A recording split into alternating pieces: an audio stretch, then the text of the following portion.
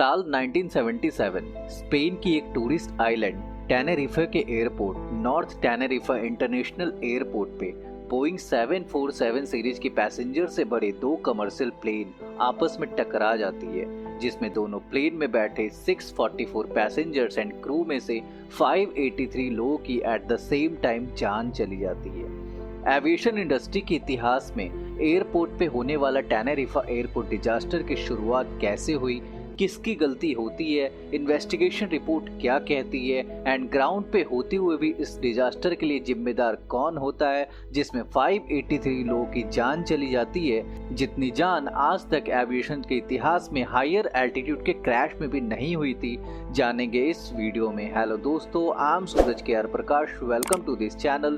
तो स्टार्ट करते हैं इस वीडियो को।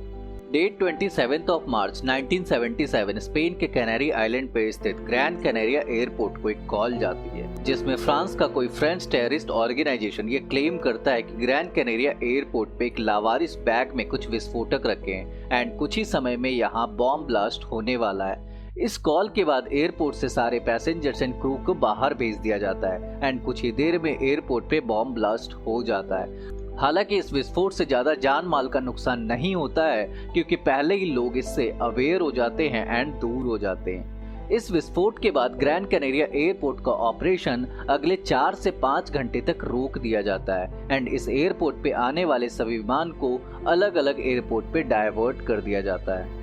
इन्हीं डाइवर्जन में दो flight KLM flight 4805 and Pan Am flight 1736 को भी लॉस रोडियस एयरपोर्ट, जिसे बाद में नाम बदलकर टेनेरिफा एयरपोर्ट कर दिया जाता है, पे डाइवर्ट कर दिया जाता है। नाम बदलने की वजह से इस क्रैश को टेनेरिफा एयरपोर्ट डिजास्टर कहा जाता है।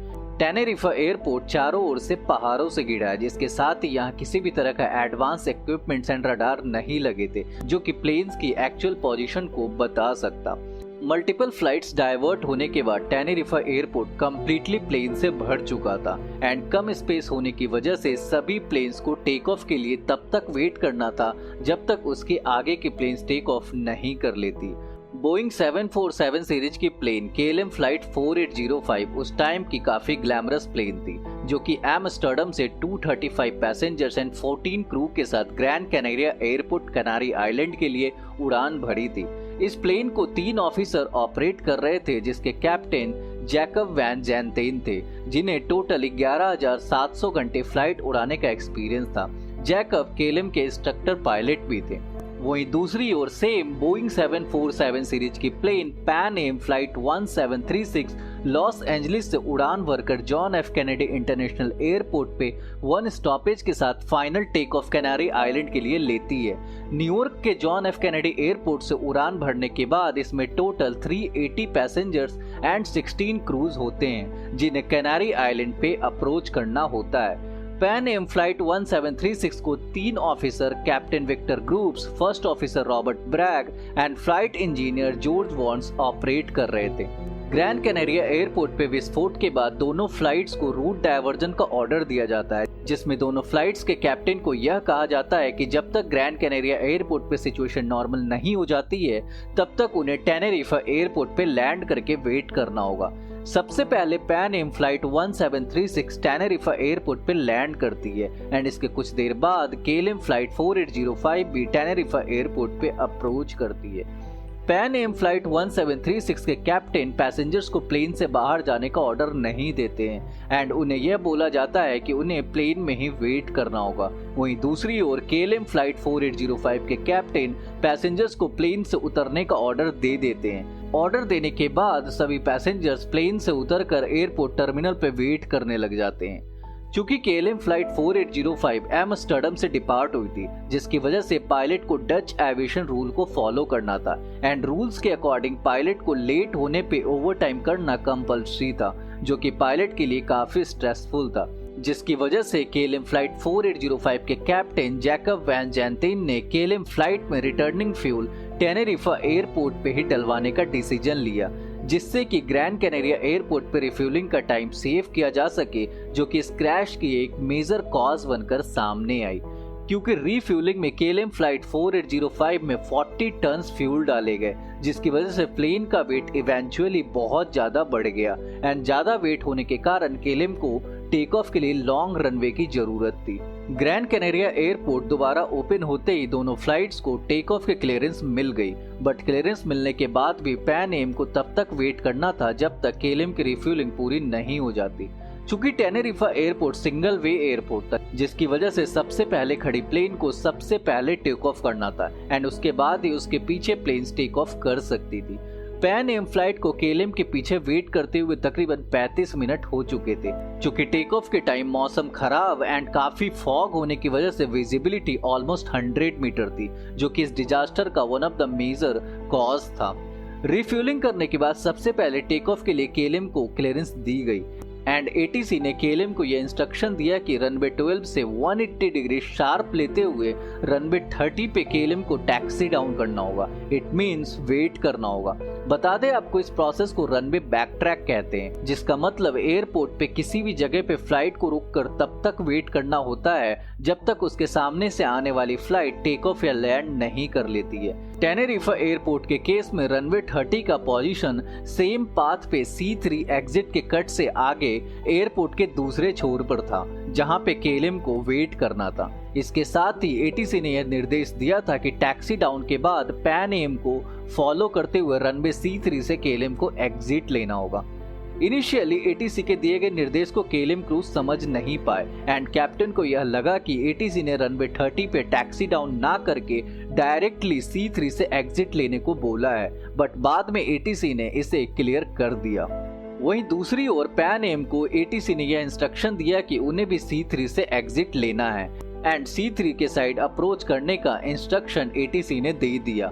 बट मौसम खराब एंड लो विजिबिलिटी का असर रेडियो फ्रीक्वेंसी पे भी हो रहा था, जिसकी वजह से पैन एम के साइड से ये क्लियर नहीं हो पा रहा था कि उन्हें C1 से एग्जिट लेना है या C3 से, क्योंकि इंग्लिश में फर्स्ट और थर्ड की प्रोनाउंसिएशन लो फ्रीक्वेंसी में ऑलमोस्ट सेम ही लग रही थी।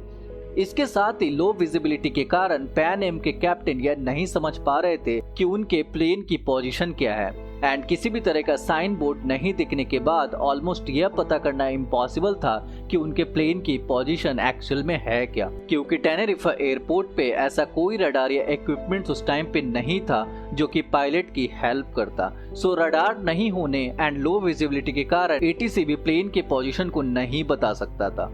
पैन एम से एटीसी की कम्युनिकेशन के बाद केएलएम के पायलट ने बिना एटीसी से परमिशन लिए एग्जिट लेना शुरू कर दिया एंड रनवे 30 से C3 के साइड अप्रोच करने लगा।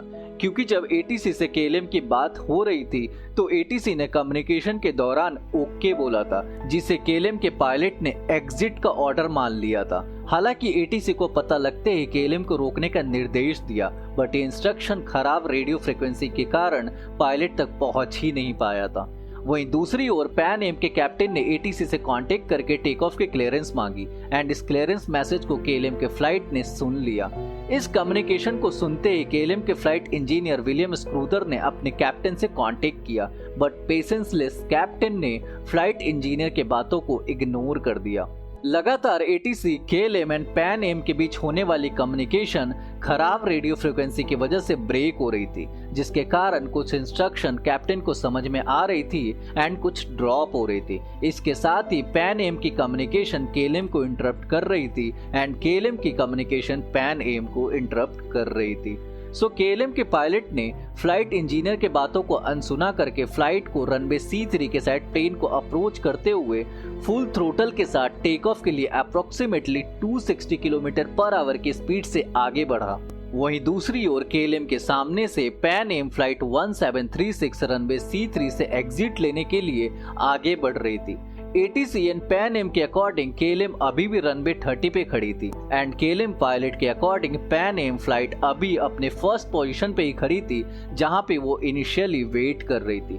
चूंकि विजिबिलिटी ऑलमोस्ट 100 मीटर होने के कारण पैन एम के कैप्टन ने सामने कुछ ब्लिंक करती हुई लाइट को नोटिस किया। सबसे पहले तो कैप्टन को यह लगा कि केएलएम वहां खड़ी है, बट कुछ ही सेकंड में ब्लिंक करती हुई लाइट और पास आने लगी, जिससे पैन एम के कैप्टन समझ गए कि फ्लाइट केएलएम पैन एम के सामने ही अप्रोच कर रही है। इसे देखते ही पैन एम के कैप्टन विक्टर ग्रुप्स ने फ्लाइट को रनवे से बाहर उतारने की कोशिश करने लगे, बट बोइंग सीरीज की कमर्शियल प्लेन को शार्प टर्न लेने के लिए भी कुछ सेकेंड लगते हैं एंड पैन एम फ्लाइट 1736 थोड़ी लेफ्ट के साइड टर्न नहीं हुई थी कि सामने से आते हुए केएलएम फ्लाइट 4805 ने 260 किलोमीटर पर आवर की स्पीड से अपने राइट इंजन से पैन एम को चीरते हुए आगे निकल गई।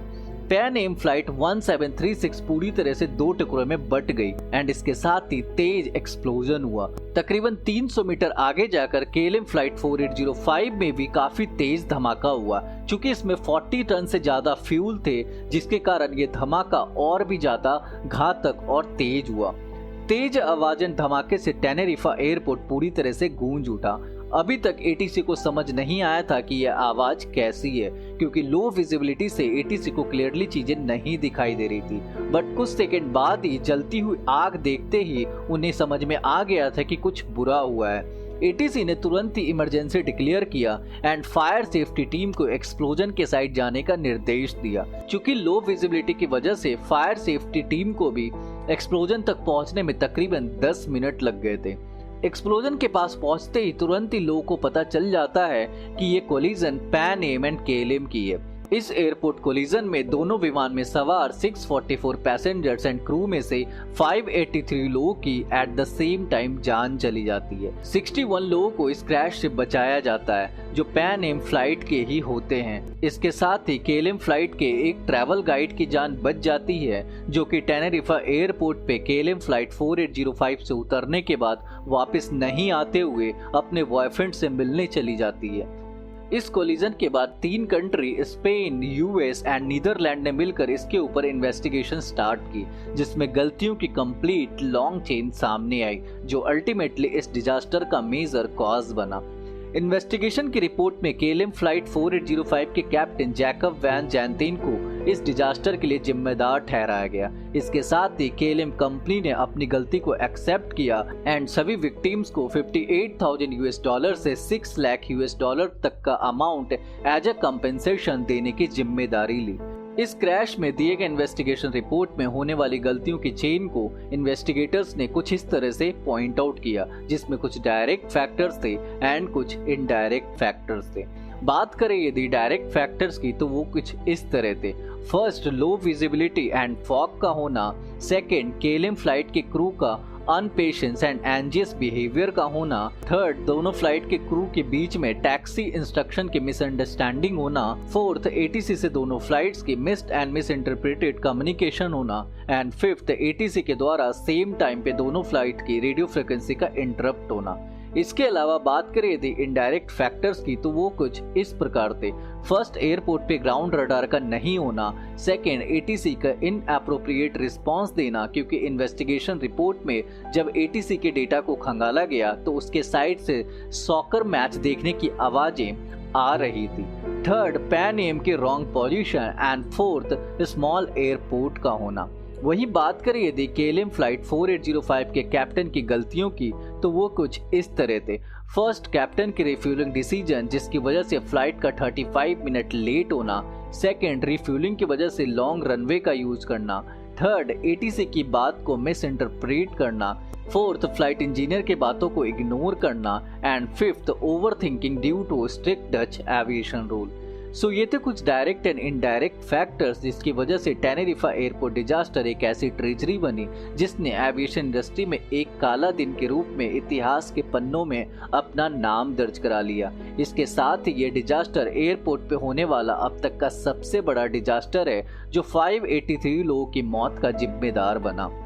एविएशन इंडस्ट्री में कभी भी एक गलती किसी क्रैश या डिजास्टर का कारण नहीं बनती। इसके लिए गलतियों की चेन होती है जो अनजाने में होते हुए एक बिगेस्ट डिजास्टर में बदल जाती है। अब ये चेन ह्यूमन एरर या मशीन एरर भी हो सकती है। बात करें यदि टेनेरिफा डिजास्टर की, तो इस ट्रेजरी में काफी फैक्टर्स इन्वॉल्व थे, बट मेजर फैक्टर जहां से गलतियों की चेन स्टार्ट हुई वो थे केएलएम के कैप्टन। बट सवाल ये उठता है कि हम इन गलतियों को पहले ही सुधार सकते हैं, एंड यदि केएलएम की गलतियों को भी पॉइंट आउट किया जाता तो ऐसा डिजास्टर कभी नहीं हुआ होता। बट सच्चाई ये है कि गलतियां ही हमारी आंखें खोलती है, एंड हम तब तक चीजों को नहीं सीखते जब तक सबक नहीं सीखते। एंड टेनेरिफा एयरपोर्ट डिजास्टर में भी यही कारण था, क्योंकि उस टाइम पे टेनेरिफा एयरपोर्ट के अलावा यहाँ फुल इक्विप्ड एयरपोर्ट बना दिए गए थे, बट कुछ पॉलिटिशियन इश्यूज के कारण उस एयरपोर्ट की शुरुआत उस टाइम पे नहीं की गई थी। इस डिजास्टर के 1 साल बाद ही नए एयरपोर्ट को स्टार्ट कर दिया गया, जो कि full equipped and advanced airport है। इसके साथ ही टेनेरिफा एयरपोर्ट को 2002 तक सर्विस में रखा गया, फिर इसे बंद कर दिया गया। आपकी नजरों में इस कंप्लीट डिजास्टर के लिए रिस्पॉन्सिबल कौन था? KLM कैप्टन, टेनेरिफा एयरपोर्ट या पैन AM कैप्टन? कमेंट में जरूर बताएं। वीडियो को लाइक करें, चैनल को सब्सक्राइब करें। मिलते हैं आपसे अगली वीडियो में ऐसे ही दिल दहला देने वाली ट्रू एविएशन स्टोरी के साथ। टिल देन गुड बाय, जय हिंद।